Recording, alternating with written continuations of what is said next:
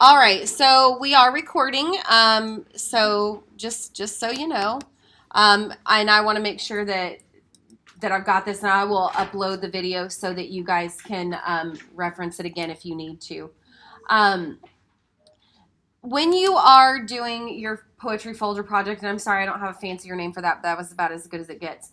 My paper is white, but your paper is yellow, and that yellow paper, both yellow pages, will stay in your they'll stay in your folder. Okay, so please put your name at the top of the page where it says name, and y'all's period. What period is this? Sixth period. Thank you. So this just helps me to know when I'm grading, like it's just so I don't have to think about it. But what you're doing is you're going to be doing some poetry analysis over the course of this year.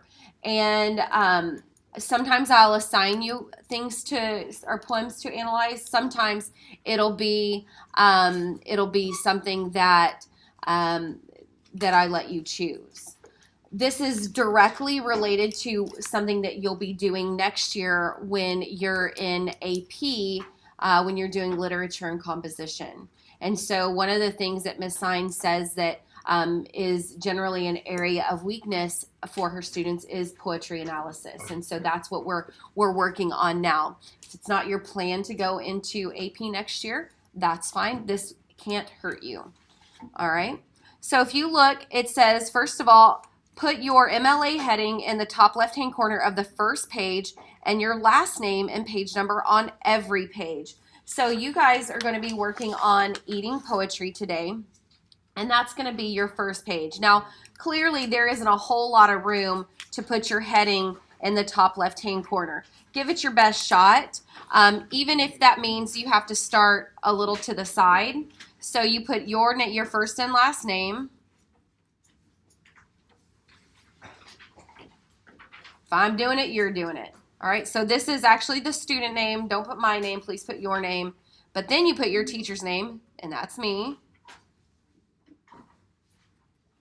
All right, then you're going to put our class.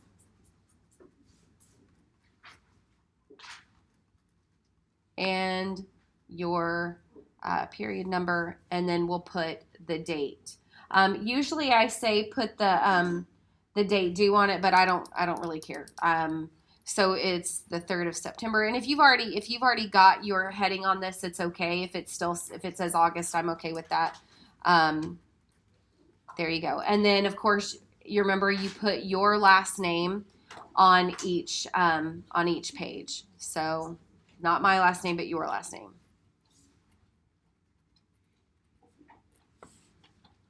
All right. It's okay. It's okay. All right. So then what we have to do now, it says at the top of the TP CAS page, and then it'll say C number 6, and we'll get to that. It says write the MLA citation for your poem. And so that's going to be on a separate page. And so this is where your notebook paper today comes from.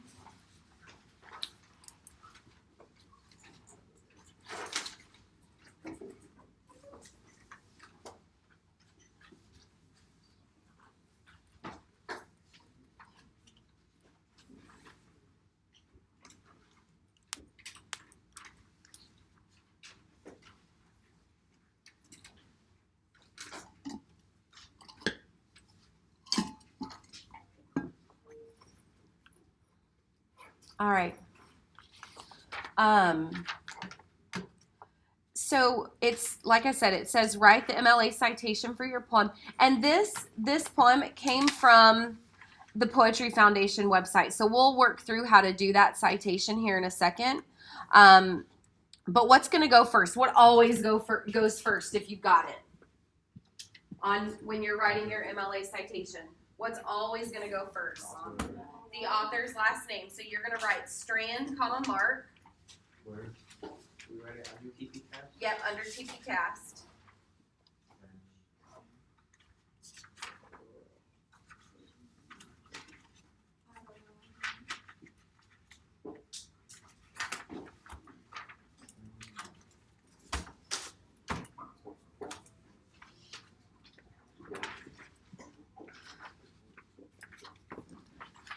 So we know that this is our citation. You put a period after the name.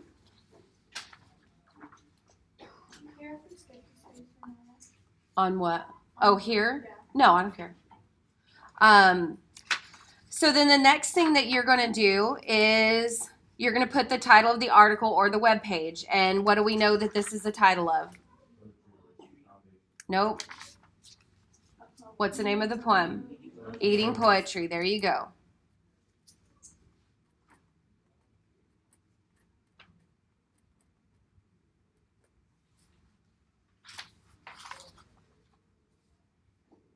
We'll put a period here. Okay. And then the website name that's where you're going to do your Poetry Foundation.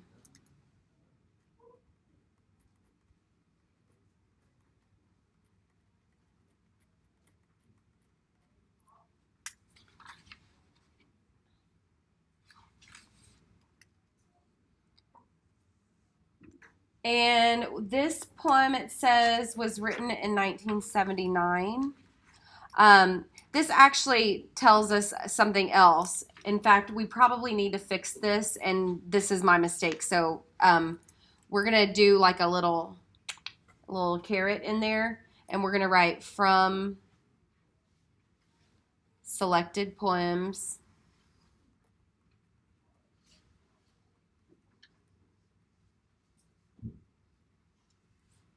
Then we'll put that there, okay? Actually, say again. It actually goes. Sorry, y'all, I messed that up. So it's gonna go here. The in quotation marks are gonna go after poetry because that's the name of the article or the poem. Then we're gonna put from selected poems, and that caret goes between the in quotation marks and that period. Do you see that? Okay. Yes, and the reason we know that, y'all, is at the bottom of this page, they have nicely given us some copyright information. All right, some source citation. So we know that this was written in 1979, and that is what comes next when we are citing this. So it says publication or creation date is 1979.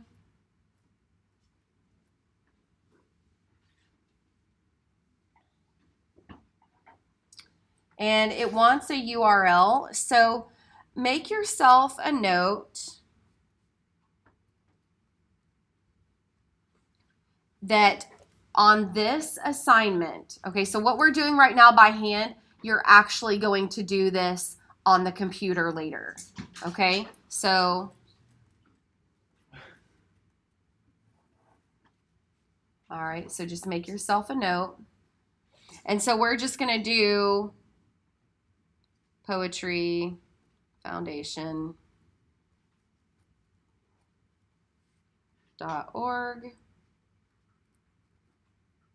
And I think that this may not be correct, but I'm spitballing here. So www.poetryfoundation.org/eatingpoetry. When you're doing this for realsies, you're just going to copy and paste the URL. Okay? So is this just an example? This is an example of one, and I'm going to work on this with you so that you know, so you have all the steps to do it on your own when it comes to doing it yourself. All right? So if you want to make a note here, you'll just copy and paste the URL. We're just doing this for now because I don't have the URL written down, and it's probably really long, and I don't want to make you write out the entire, it'll probably be 2 pages long of writing down the URL, and I don't want to do that. Okay, so we have Eating Poetry. Then if we look at our handout on works cited stuff, if you look here, we have our URL, then we put a period there, and then we put date accessed, and we can put last week's date if you put your date on there last week, or you can put today's date. It's okay. And if you want to shorten that to SEP, you can. And then a period at the end. You do. You do have to write out date accessed. Or you can just put accessed if you don't want to write date access 3 September, just so that I know what that date signifies. Okay. Whew. All right, so that's a lot already. So we have our TPCast page, and we'll come back to this in a moment. But the next set of instructions say to annotate it, and it's going to tell you at least 4 literary or poetic terms, highlight in yellow and label correctly. Then it says on the back of this sheet, fill in the boxes with the turn-in date once you find a particular term. If the term has an asterisk, you must explain how the example represents a term, and you may not repeat a term in one assignment. So that's a lot of stuff going on there. So I always highlight this to make sure that I remember to highlight this one in yellow. So you should have some notes about these literary or poetic devices that we used last week, or that we talked about last week. Can you remember any of those, or do you have them marked on your paper? Okay, repetition. And so where do we have repetition? All right, so we have the, all of those. So those are, do you remember what kind of repetition that is? Not a, no, but it has a P in it. Anaphora, yes. Everybody say anaphora? All right, so we have anaphora. And the reason, Dominic, I didn't use your repetition, even though it's already on our paper here, is because you can get more bang for your buck later so if you're precise with what type of repetition it is. In this case, it's anaphora, so we're going to put a little 9-3 in there because that's the date that we're doing this assignment. Okay, and that's on the back of that first yellow sheet. So where it says anaphora, you're going to write in 9-3 because we're using that. And then you're going to label that on this page.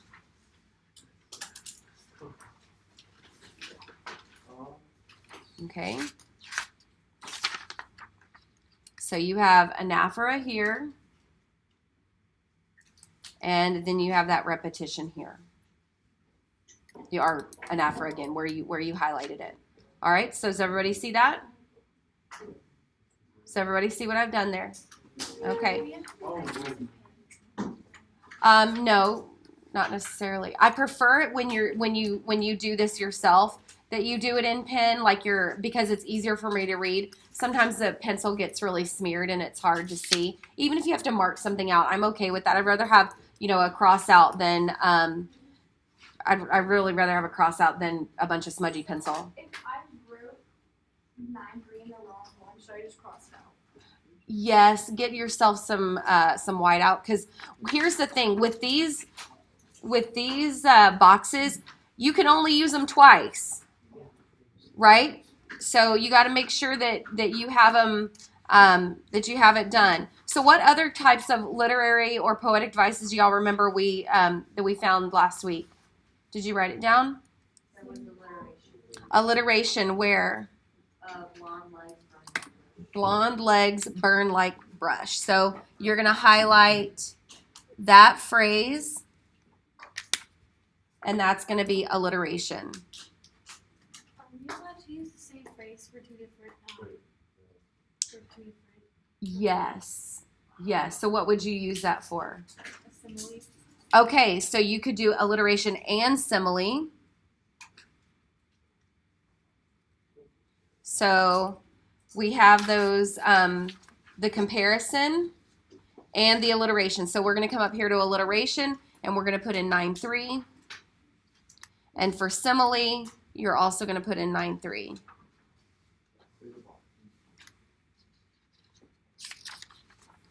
All right, one more.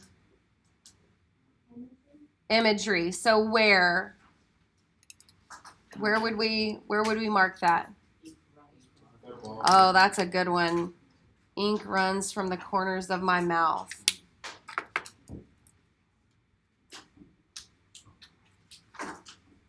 We have imagery. All right. So we have 1, 2, 3, 4. We got to make sure that we mark it on here.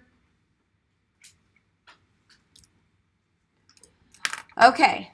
So we've done that. Now the next part says, oh, and notice here that it says you can't double dip. You may not repeat a term in one assignment. So if you were like, oh, look, here's another example of anaphora, I would say, too bad, so sad, you can't use it because you've already used anaphora here. Okay, so you can't double dip with the same term.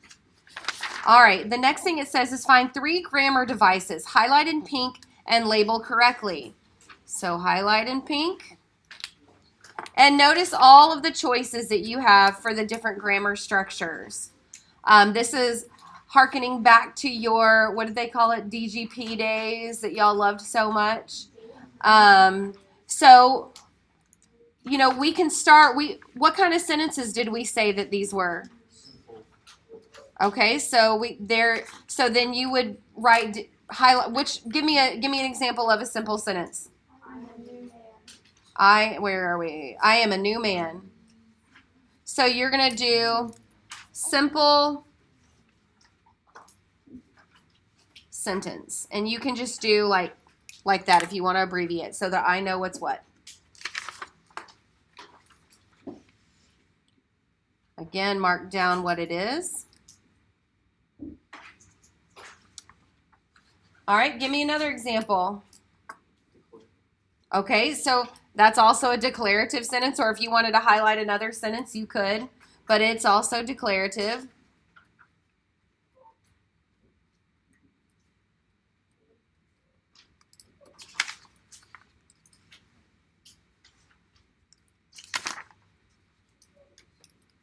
Make sure you mark that on your chart as well. All right, how about a noun? The dogs. All right, where are we with the dogs? The dogs here. So we have dogs. That is a noun. So we're going to put noun. And you have to tell me what kind of noun it is. So it's a thing. So do you see how I did this? I put noun and then thing.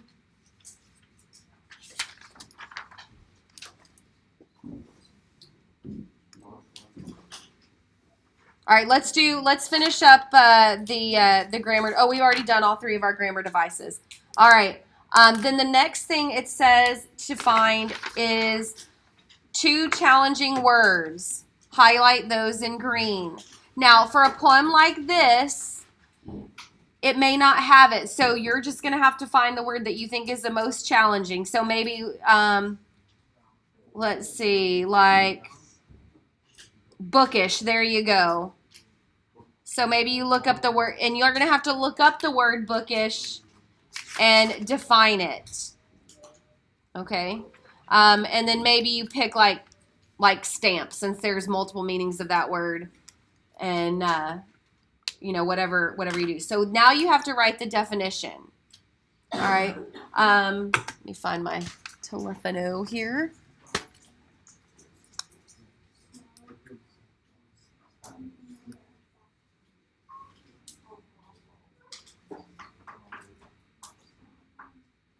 All right, so we look up bookish. And bookish means given or devoted to reading or study. So we might say, like, maybe we just like studious. All right, so we're defining it. And then we look up the word stamp. Can we like simplify it like that when we're doing Yeah. So basically, it's another definition for stomp. Like you're thrusting your foot in a downward motion. Now, there is a way to get a couple of bonus points on here. Notice it says if you pick a current vocabulary word or its synonym, make a note and you'll get 2 bonus points. Okay? Yes, ma'am. So, was for bookish, for example, would you like that on the sheet? No, there's nothing to mark on the sheet. All you're doing for this is highlighting and putting a short definition as it's used in the text. Okay, so the green highlighter is not gonna The green highlighter, there's nothing to mark. Right. Okay. So that's a start.